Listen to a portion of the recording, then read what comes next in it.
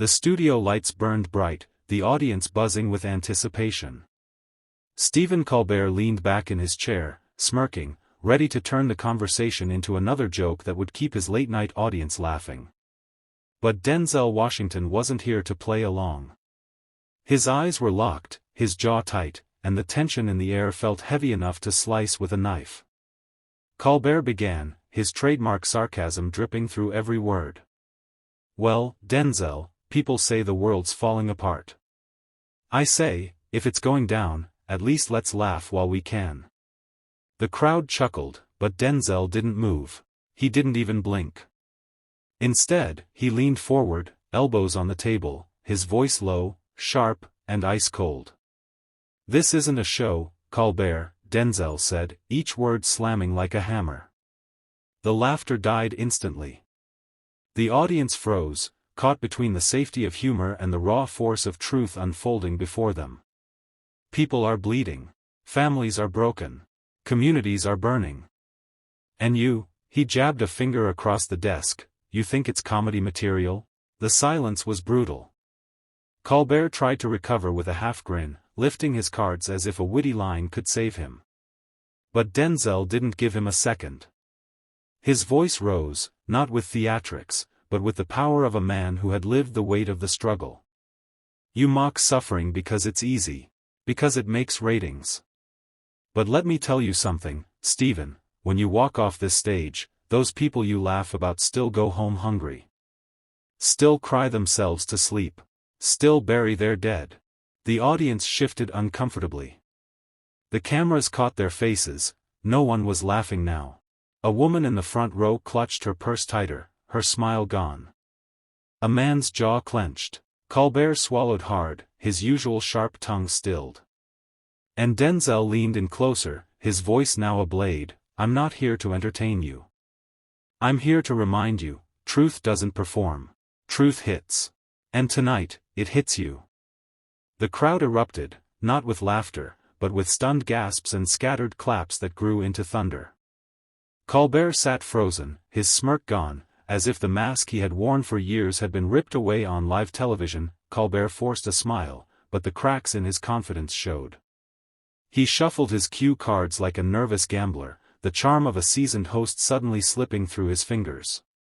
"Well, Denzel," he stammered, "this is a comedy show, people tune in to laugh, to escape." But Denzel didn't let him finish. He cut him off like a blade slicing through fabric. "Escape?" His voice thundered, reverberating across the studio. "Escape from what, Stephen? The truth? The pain? The injustice? Or is it the guilt you don't want to face?" The audience gasped again, the tension thickening. Colbert blinked, his polished rhythm faltering. He tried to fire back with a grin, "You're awfully serious for prime time." "That's because life is serious." Denzel roared, slamming his fist on the desk so hard the mugs rattled. The sound echoed like a gunshot, jolting the audience in their seats. His eyes bored into Colbert's, no trace of fear, no ounce of compromise. "You make jokes out of broken lives. But there's nothing funny about a mother crying over her son who never made it home. Nothing funny about a father working 3 jobs and still can't pay rent. Nothing funny about blood on the streets while politicians smile for cameras." The studio was dead silent. Even the crew froze, hands hovering over controls, unsure whether to cut to commercial or let history unfold. Denzel's voice dropped, cold and sharp. "You want escape? You can laugh your way off this stage. But the people out there," he pointed directly at the cameras, directly into millions of homes, "they don't get to escape. They live the nightmare you mock. Every single day." Colbert opened his mouth, but no words came out.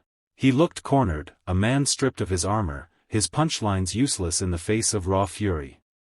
The crowd began to shift, whispers spreading, claps echoing again, not in humor, but in solidarity with Denzel's truth.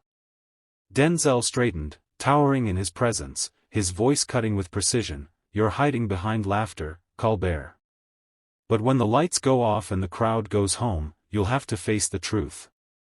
And the truth doesn't need a laugh track, it demands accountability. The audience erupted, this time not with nervous chuckles but with thunderous applause, standing on their feet. Colbert sat pinned to his chair, his smirk long gone, his hands trembling slightly as the weight of Denzel's words crushed the stage. Colbert tried to recover, tugging at his tie, flashing that trademark grin like it was his last line of defense.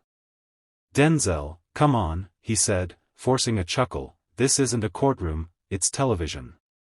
We're here to entertain." Denzel leaned forward, his voice steady but burning with fury. "Entertain? You think truth is a game? You think the pain of real people is a punchline?" He jabbed a finger at Colbert's chest, the gesture so sharp it made the host flinch. "This isn't your playground, Stephen. This is where lives meet the lies you sell dressed as comedy." The crowd fell into a heavy silence. Cameras zoomed in instinctively, catching the fire in Denzel's eyes. The rhythm of the show was gone, this was no longer entertainment. This was confrontation. Colbert tried again, searching for footing. "People need laughter, Denzel. It's a release, it's..." "A release for who?" Denzel snapped, his voice exploding like a hammer on glass. "For you? For the elite sipping champagne in these studios? Or for the working class breaking their backs with no camera to tell their story? You laugh at them while they bleed. That's not release, that's exploitation." Murmurs rippled through the audience. Some clapped nervously, others sat frozen, eyes darting between Denzel's steel composure and Colbert's unraveling mask. Colbert attempted to switch gears, his tone softening. "You're making this too personal." "Too personal?" Denzel's voice shook the room. "It is personal. It's personal when kids can't eat. It's personal when neighborhoods rot while billion-dollar networks mock their suffering. It's personal when you sell comfort to the privileged and call it comedy." His hand slammed the desk again, the sharp crack echoing across the stage. For the first time, Colbert had no comeback. His lips parted, then closed again, words dying before they could form. The audience began to rise, applause thundering like a wave. But it wasn't for Colbert. Every clap, every shout of agreement belonged to Denzel. Denzel stood, towering over the desk, his silhouette commanding. He turned slightly toward the cameras, his voice carrying the weight of judgment. "America doesn't need another clown in a suit making jokes about suffering. America needs truth. And the truth doesn't flinch for ratings." The studio roared, half with shock, half with approval. Colbert sat stunned, visibly smaller, his polished show slipping from his hands as Denzel's words rewrote the night into something unforgettable. Colbert forced a smile, but it cracked at the edges. He shifted in his chair, suddenly looking less like the confident host and more like a man trapped under the lights. "Okay, Denzel," he muttered, trying to reclaim control, "you've made your point loud and clear. But this is still my show." Denzel didn't even sit back down. He leaned across the desk, eyes locked on Colbert like a predator refusing to release its prey. His voice was sharp, each word slicing through the silence. "Your show? That's the problem right there. You think this stage, these cameras, this audience belong to you. But tonight, Stephen, you don't own the truth. You don't get to frame pain as a monologue and cash the check when the laughter fades." The audience gasped, half thrilled, half terrified. The tension felt like static electricity crawling across the studio walls. Colbert tried his fallback, humor.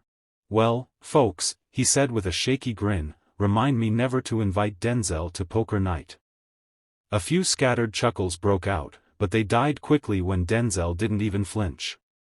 He let the silence linger like a punishment. Then he delivered it, calm, cold, devastating. "When you make jokes about the struggles of this country, you're not punching up, Stephen. You're punching down. And every laugh you squeeze out of that pain is another bruise on the people you claim to care about." The words landed like a sledgehammer. Colbert's smirk vanished completely.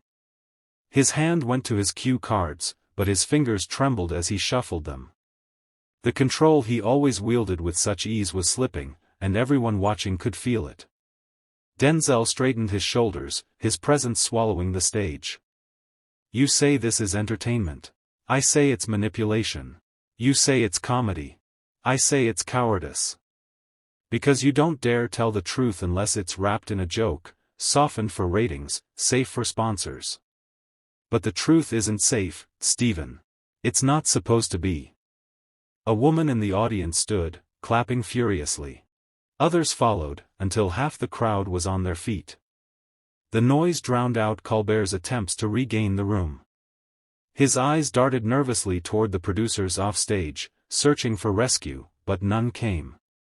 Finally, Denzel stepped back, his voice rising above the cheers like a final verdict. America doesn't need another late-night magician distracting them with cheap tricks. America needs accountability. And if you can't deliver that, Stephen, then maybe you should get out of the way. The ovation was thunderous. Colbert sat frozen, lips tight, as the weight of Denzel's words crashed down around him. The studio no longer felt like his. It belonged to Denzel, and to the truth he unleashed. The producers frantically waved from behind the cameras, signaling Colbert to cut to commercial. But the host sat frozen, his face pale under the bright studio lights. He cleared his throat, forcing out a brittle laugh. Denzel, this is a little intense for late-night television, don't you think? Denzel's eyes burned with a steady fire. He didn't blink, didn't soften. Intense, he repeated slowly, his voice dripping with disdain. You call the truth intense because you're not used to hearing it unpolished. You hide behind jokes because you're too afraid to sit in silence and let the weight of reality break your smile. The crowd fell silent again, caught between admiration and unease. Even the laughter that usually flowed so easily in this studio now seemed impossible, strangled by the gravity in Denzel's words. Colbert fidgeted, tugging at his tie. Look, my job is to make people laugh, to give them relief from the chaos. That's not cowardice, that's a service. Denzel stepped closer, his shadow stretching across the desk, swallowing Colbert's space. Relief? His tone thundered like a gavel. Relief for who, Stephen? For the people living the chaos, or for the ones who profit from it? You sell comfort to the comfortable while the struggling get turned into punchlines. That's not service. That's betrayal. Gasps rippled through the room. Some audience members exchanged wide-eyed glances, others leaned forward, hanging on every syllable. Colbert tried again, this time softer, almost pleading. So what, do you want me to turn this into a lecture? People don't tune in for that. They tune in for a break. And that was when Denzel struck hardest. He leaned in, his voice dropping to a razor-sharp whisper the microphone still caught. People don't need a break from the truth. They need a break from being lied to. The words detonated like dynamite. The audience erupted, half in applause, half in stunned silence. A chant started somewhere in the back, "Tell the truth. Tell the truth." Colbert's composure shattered. He shuffled his cards again, eyes darting desperately, but his usual charm was gone. He looked small, dwarfed by the towering moral weight Denzel had dropped on his stage. Denzel turned to the crowd, lifting a hand to calm them, his voice carrying like a preacher in a packed church. If laughter comes at the expense of honesty, it's not healing, it's poison. And tonight, I refuse to let poison pass as comedy. The audience roared in approval, and Colbert slumped in his chair, cornered in his own kingdom. The balance of power had shifted completely. For the first time, the late-night host wasn't the one in control. The chant grew louder, echoing through the studio like a storm rattling the walls. Tell the truth. Tell the truth. The audience no longer looked like Colbert's safe crowd of late-night fans. They were a jury, and Denzel had become their voice. Colbert forced a smile, but his eyes betrayed panic. All right, he said, his voice cracking as he raised his hands to quiet the room. We all love Denzel, but this is the late show. It's supposed to be fun. Denzel turned his head slowly, fixing Colbert with a glare sharp enough to cut steel. Fun? His voice dropped into a growl that rolled like distant thunder. There's nothing fun about people losing their homes, Stephen. Nothing fun about mothers working 3 jobs just to feed their children. And you, standing here in your suit, mocking it all with a smirk, you think that's entertainment? The word struck with the force of a hammer. The audience gasped, then broke into applause that shook the rafters. Colbert flinched at the noise, gripping his desk as if it might steady him. I don't mock suffering, Colbert tried to argue, his voice trembling. I shine a light on it, through humor. Denzel leaned in, towering over the desk, his bald head gleaming under the studio lights, his presence filling every inch of the stage. You don't shine a light.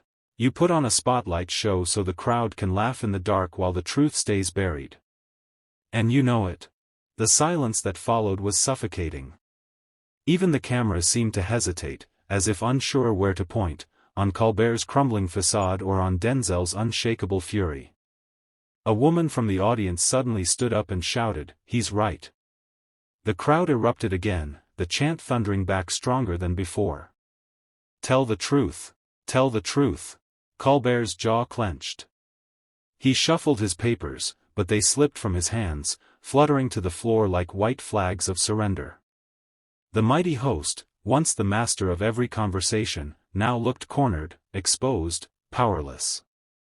And Denzel, raising his hand like a judge ready to deliver a verdict, let the silence drag just long enough for the tension to burn. Then he spoke, each word precise, unforgiving. You can hide behind a desk, Stephen. You can hide behind laughter. But you cannot hide from the truth. The audience exploded. Some clapped, others shouted in agreement, and a few even rose to their feet.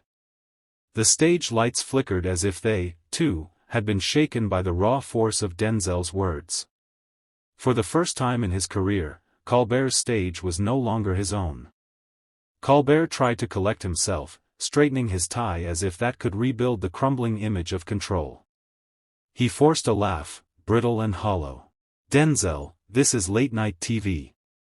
People tune in to relax, not to be lectured. They want to laugh before they go to bed, not cry.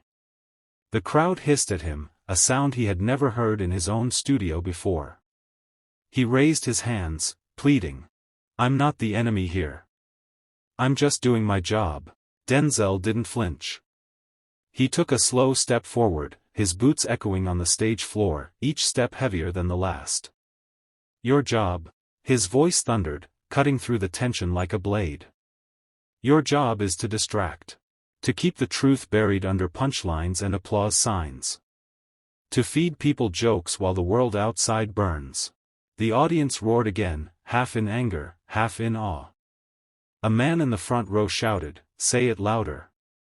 Colbert's eyes darted nervously to the cameras, as if begging them to cut to commercial. But the red recording light glared back mercilessly, there was no escape. Denzel leaned in so close the audience could see the veins in his neck, his eyes blazing like fire. You laugh while families drown in debt. You make skits while kids grow up hungry. And you dare call it comedy? No, Stephen. It's cowardice dressed as entertainment. The studio shook with applause. People stamped their feet, clapped, and even whistled. It was no longer a show, it was a reckoning. Colbert's smile collapsed, his lips twitching with the effort of holding back frustration. He tried to respond, but no words came. His voice, the weapon that carried him through years of political satire, failed him in front of one man who refused to play along. And Denzel, seizing the silence, raised his voice until it rolled like thunder across the stage. Stop selling laughs when the price is the truth. The room erupted into chaos. Colbert sat frozen, his papers scattered, his authority shattered. For the first time, he wasn't the one asking questions, he was the one being judged. Colbert finally snapped, slamming his hand on the desk as the crowd's chants drowned out his voice. Enough. This is my stage, Denzel. You don't get to hijack my show and turn it into a courtroom. His voice cracked with desperation, the illusion of control slipping through his fingers. The audience booed, louder than ever. For years they had laughed at his satire, but now they saw him cornered, sweating, trembling, exposed. Denzel didn't raise his voice this time. Instead, he let the silence stretch, his stare drilling into Colbert with a weight that no joke could shake off. When he finally spoke, his words carried the gravity of a verdict. "You think this is your stage? No, Stephen. This stage belongs to the people. The ones whose pain you turn into ratings. The ones whose struggle you wrap in laughter so it doesn't sting the powerful too much. You've hidden behind applause signs for years. But applause doesn't erase the truth." The room went eerily still. Even the cameras seemed to lean in closer, capturing every drop of sweat on Colbert's brow. "You mock suffering as if it's a script," Denzel continued, his voice steady, unyielding. "But to those who live it, it's no joke. You trade real lives for cheap laughs. And tonight you got caught." The crowd leapt to its feet, chanting his name, Denzel. Denzel. The sound rolling through the studio like thunder. Colbert's lips trembled. He tried to respond, but the words stuck in his throat, strangled by the raw truth cutting him down.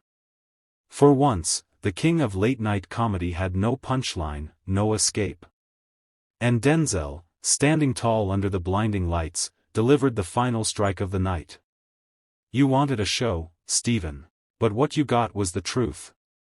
And the truth doesn't take commercial breaks." The eruption of cheers rattled the stage. Colbert collapsed back into his chair, defeated.